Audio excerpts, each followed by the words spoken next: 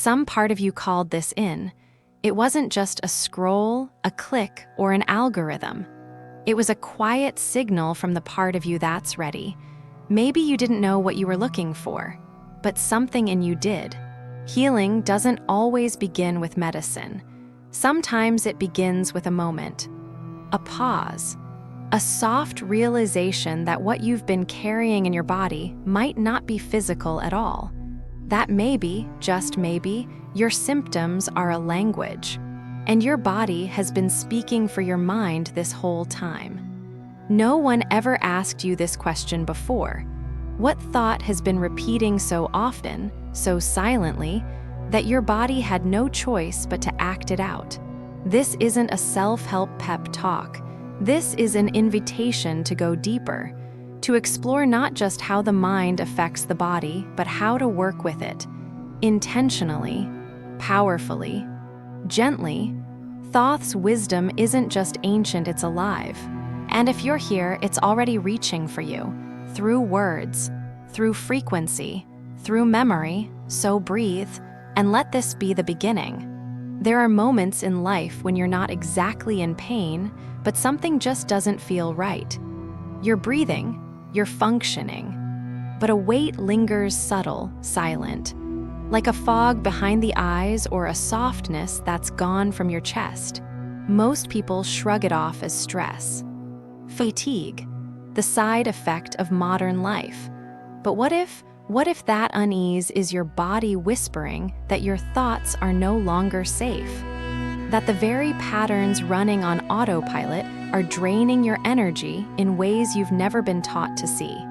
Thoth, keeper of wisdom in ancient Egypt, did not leave behind motivational quotes. He left behind mechanisms. A system of vibrational alchemy meant not to inspire temporarily, but to transform permanently. And at the core of that system was one idea: your mind is not just where thoughts happen. It is a field, a transmitter, a builder of form. We've been taught to think of healing as something that comes from the outside, a pill, a remedy, a practitioner. But what if the most powerful healing begins from within, with one single thought held clearly, emotionally, and deliberately? This isn't the kind of positive thinking that tells you to smile when you're breaking inside. It's deeper, more ancient. It says that when emotion and image align with precision, they begin to shape the very matter of your body. Your cells listen not to your logic, but to your vibration. Vibrational alchemy begins where logic ends. It works through feeling, through inner seeing. The priests of Thoth were trained not to memorize doctrine, but to project mental images so vivid, so emotionally charged, that the body began to shift. They knew the secret. Your biology responds to belief, but only when belief is fully embodied. This is why affirmations often fall flat. You can repeat, "I am healed," 1,000 times, but if deep down your body still feels the vibration of fear or doubt, the words are just surface noise. What Thoth taught was not noise but signal. So pause here. Ask yourself, what is the dominant image you carry of yourself when no one is looking? Is it an image of someone slowly fading or someone slowly awakening? Because healing doesn't require you to fight illness. It invites you to restore harmony. And harmony begins with one thought, one you choose on purpose. A thought not of escape, but of return. Return to your own frequency. Return to a self that remembers its design. This isn't self-help. This is alchemy. There's a moment often missed when illness hasn't yet touched the body, but something has already begun to shift.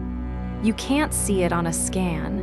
It doesn't show up in blood work, but you feel it, a kind of heaviness, or a stillness that used to be light.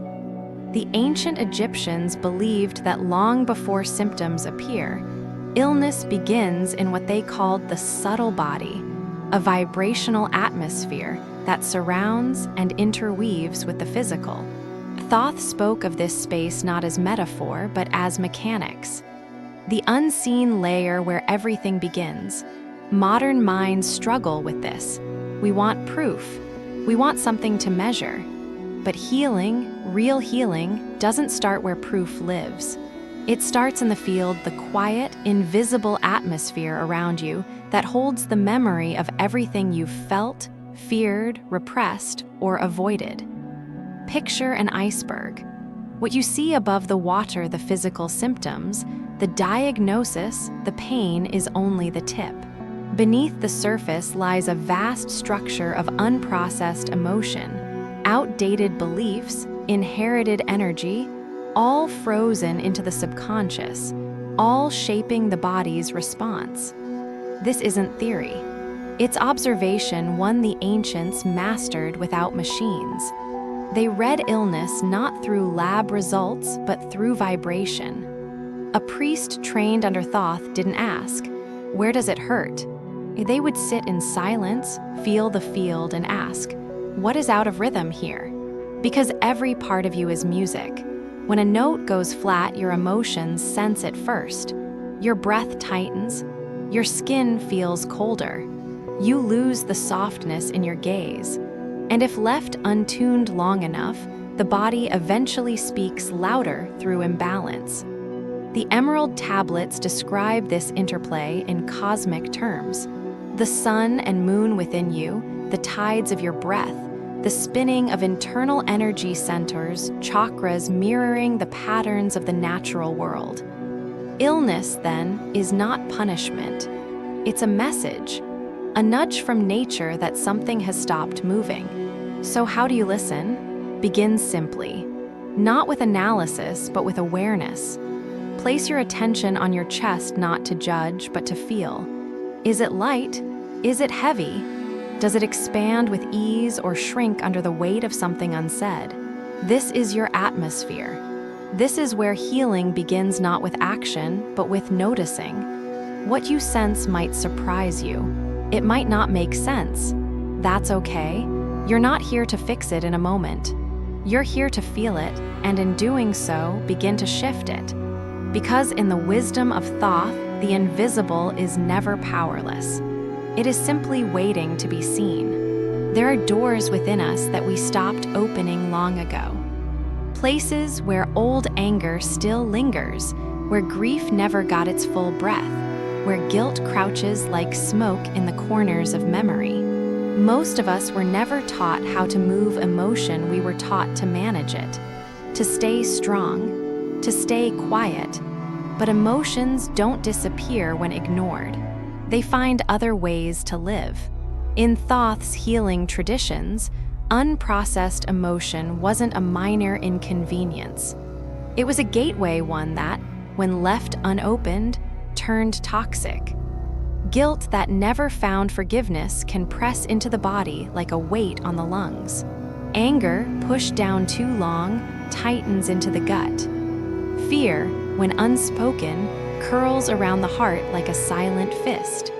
These aren't metaphors, they're biological imprints. The body keeps the echo when the soul goes unheard. Science now calls this somatization, the process by which emotion becomes physical. But Thoth knew it long before language gave it a name. He taught that when an emotion is denied light, it becomes shadow. And that shadow doesn't just cloud the mind, it etches into the flesh. Imagine your body as a temple. Now imagine lighting incense in that temple every day, but never airing it out. Over time, the scent turns thick, heavy, stale. The space feels sacred but suffocating. That's what unexpressed emotion does. It clouds the field. It darkens the altar. But here's the mercy in this ancient truth. Just as the body holds emotion, it also holds the key to releasing it. You don't need to understand every trauma. You don't need to relive every pain. You only need to make space to acknowledge what was once pushed away. To feel deeply and truthfully is to cleanse, not with judgment, not with stories, but with presence. a presence so steady that even the most stubborn shadow begins to soften. This is emotional detox not as a buzzword, but as a sacred ritual. A reclaiming of the gateways once sealed. A returning of the light to the places that forgot they were ever worthy of it. And when you begin this practice, not all at once, but gently, like tending a garden, you'll notice something profound. Your breath becomes fuller, your sleep deeper, your body less tense. Because healing isn't just about changing what you do. It's about remembering what you've never stopped carrying and choosing, at last, to set it down. In the temples of ancient Egypt, healing was not something you received. It was something you activated. There were no pills, no prescriptions, no 5-step plans. Instead, there was training, not of the body, but of the mind. The priests of Thoth were not healers in the modern sense. They were architects of inner experience. They understood that the body does not lead, it follows, and what it follows is vibration. One of their most sacred technologies was startling in its simplicity. Projected image plus deep emotion equals reality. They would spend hours not moving, not speaking, but visualizing. In full color, in full emotion. A state of health or harmony or awakening as if it were already true. They would feel the cells of their body regenerating, not as fantasy, but as instruction. And over time, the body obeyed. This wasn't imagination for escape. It was imagination as command. Today, we're rediscovering echoes of this power. In neuroscience, we call it neuroplasticity. In quantum biology, we speak of energy fields responding to intention. But the ancients didn't need microscopes. They had symbols. One such symbol rarely spoken of outside esoteric circles is the vibrational seal. Attributed to Thoth, it wasn't just art, it was an activation. A visual code designed to awaken dormant frequencies in the mind. Not to be worshipped, but to be used as a focus point for inner projection. And that's the essence of temple technology. The mind is the altar, the image is the offering, and emotion is the fire. You don't need to be in a temple to access this. You only need a quiet space, a chosen image, and the courage to feel fully into the version of you that is already whole. Not someday. Now, try this. Close your eyes. Picture a light not outside you, but radiating from within. Let it take shape, a color, a texture, a warmth. And with every breath, imagine that light moving through your body, not fixing, but remembering. Reconnecting. This is not fantasy. It is alignment. When you hold that image with feeling true feeling, the body begins to recalibrate. It listens. It reconfigures. This is why so many comments echo the same mantra. My mind is my temple, and I choose to heal. Because deep down, we remember. We remember that healing was never meant to be outsourced. It was meant to be embodied. And the temple was never a building, it was always you. Every day, without realizing it, most of us are running an ancient program. Not one we consciously chose, but one we inherited, absorbed, or repeated so often that it became truth. A thought like, I'm not safe, or this always happens to me, or simply, I'm tired.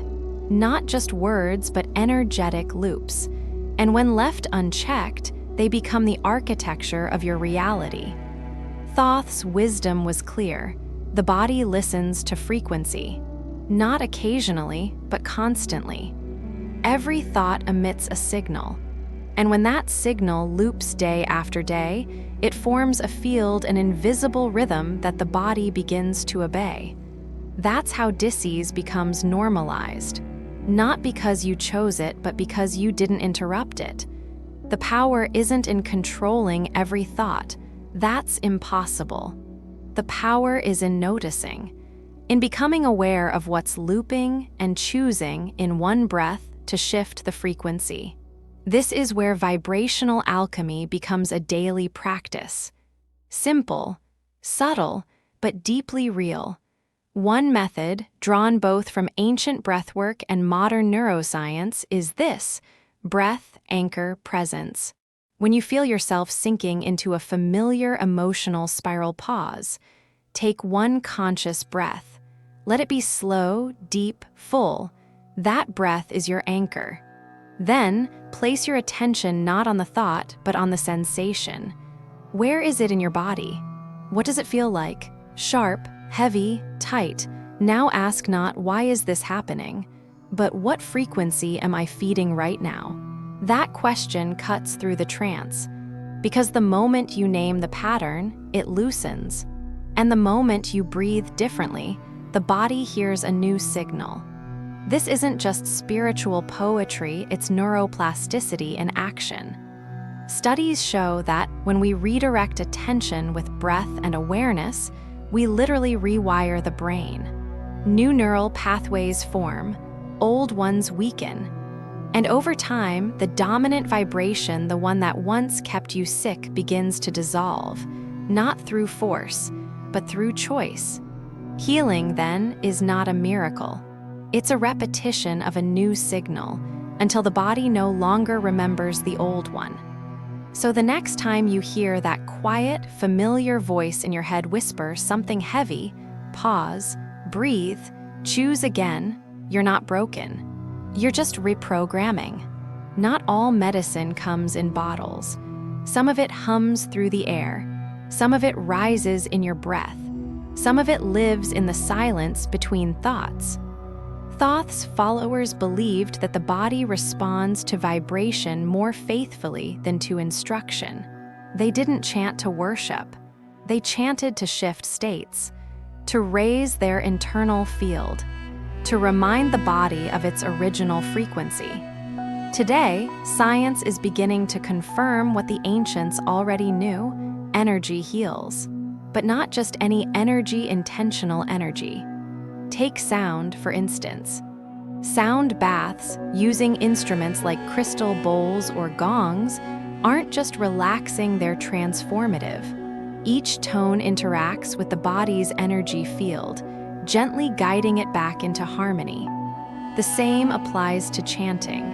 When you vocalize a sound with rhythm and purpose, like Om, or a sacred syllable, it's not the word itself that matters. It's the vibration it creates inside you. And then there's breath. Simple, unseen, but deeply powerful. Try the 4-4-4 breath. Inhale for 4 counts, hold for 4, exhale for 4, repeat. Slowly, gently. You'll begin to feel a shift, not just in your body, but in your brain. Studies on heart-brain coherence show that breath regulates emotional rhythm, calms the nervous system, and increases clarity. It's not just relaxing, it's recalibrating. So what if you made this your daily ritual? Begin your day with sound, a tone, a chant, or even a song that stirs something sacred in you. Hold your center with an image, something that represents the you that is healed, whole, and true. End your day with breath slow, steady, reverent, like lighting a candle in your own temple before sleep. You're not just maintaining health, you're participating in a field of resonance. And the more you do, the more that field grows, because healing isn't private, it's relational. When you choose a higher frequency, you're not only changing yourself, you're tuning into a larger current. One that others are tuning into too. People you haven't met yet, but who are on the same path. People breathing with you across the world, even now. You're not alone, and you never were. You're just learning to feel what's always been there, a frequency you can live inside of. It only takes one. Not just any thought, but one that vibrates with truth. One that you choose, not out of habit, but out of knowing. One that you hold, not like a passing idea, but like a sacred flame. That thought begins the shift. It doesn't shout, it hums. It doesn't demand proof. It moves in quiet certainty. And when you feel it, truly feel it, it changes the field around you. Subtle at first, but unmistakable. You don't need to wait for more knowledge. You don't need to collect one more method. You already know. You've known since the moment you whispered, "My mind is my temple and I choose to heal." That wasn't just a mantra, it was memory. The part of you that remembers what healing really is. Alignment, not effort. Return, not striving. So choose the thought. The one that softens your chest, that deepens your breath, that lights the space behind your eyes. Then live from there. Not as someone trying to heal, but as someone who already is.